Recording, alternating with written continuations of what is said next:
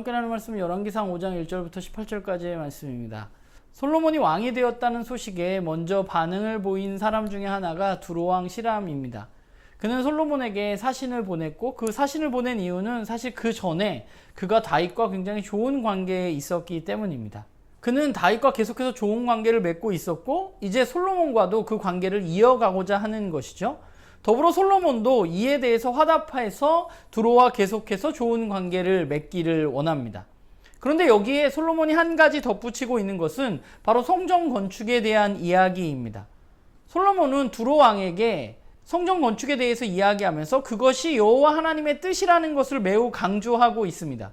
그리고 그 성전 건축이 하나님께서 아버지에게 약속하셔서 자신에게 있어서 이루어질 일이라고 이야기하는 것을 볼 수 있죠. 하나님이 이제 그것을 위해서 그들에게 평화를 주시고 성전을 건축할 수 있는 토대를 마련해 주셨다는 것입니다. 그러면서 솔로몬이 제안하는 것은 두로가 이 하나님의 성전을 건축하기 위해서 하나님의 뜻을 이루는 그 성전 건축을 위해서 나무를 제공해 줄 것을 요청하고 있습니다. 이 말은 결국은 하나님의 뜻인 성전을 건축하는데 두로왕 당신도 이 일에 함께 참여해 달라고 부탁하고 있는 것이죠. 그리고 두로왕도 하나님을 찬양하면서 그 일에 동참하기로 결정합니다.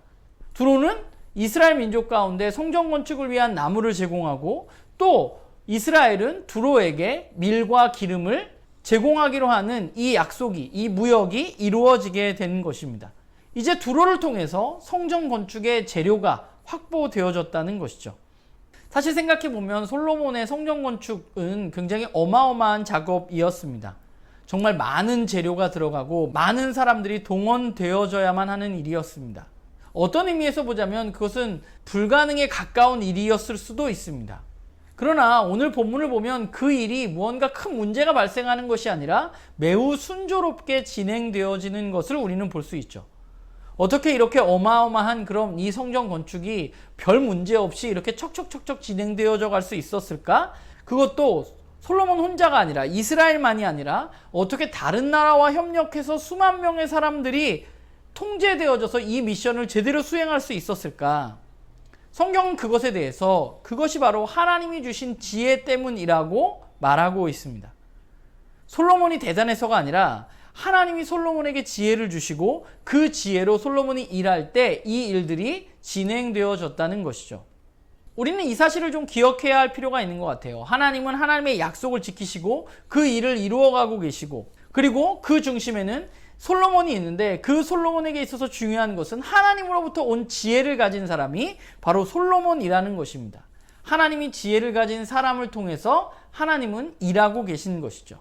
다윗은 하나님이 머무실 장소인 성전을 건축하기를 소망했습니다.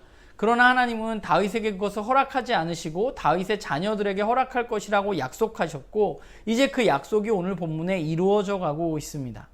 그리고 그 약속의 성취의 중심에는 하나님의 지혜를 받은 솔로몬이 있는 것이죠. 우리가 하나님의 백성으로 이 땅 가운데 살아가면서 우리에게 필요한 것은 하나님의 지혜로 살아가는 삶입니다. 우리도 솔로몬이 가졌던 그 지혜를 누리면서 살아가야만 하는 것이죠. 그러면 과연 우리는 솔로몬이 누렸던 그 지혜를 우리는 누릴 수 있는가?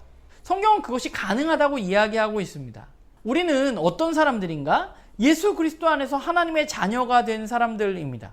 그리고 하나님이 자녀가 된 우리에게 하나님은 하나님의 말씀으로 하나님의 지혜를 이야기해 주십니다. 여기서 끝난 것이 아니라 하나님은 하나님의 영을 보내셔서 우리가 하나님의 말씀을 깨닫게 하고 하나님의 말씀을 따라 살 수 있는 힘을 우리에게 허락하고 계신 것이죠. 많은 사람들이 솔로몬과 같은 지혜를 얻기를 바랍니다. 그리고 하나님 앞에 솔로몬과 같은 지혜를 달라고 기도합니다.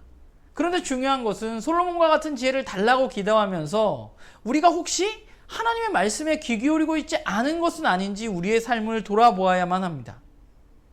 이미 그 지혜가 우리에게 허락되어졌음에도 불구하고 우리가 그 지혜를 사용하지 못하는 것은 우리가 듣지 않기 때문이죠. 하나님 말씀하시는데 하나님 우리에게 지혜를 주시고 그 지혜로 살아가라고 우리에게 이야기해 주심에도 불구하고 우리가 그 말씀을 듣지 않기 때문입니다.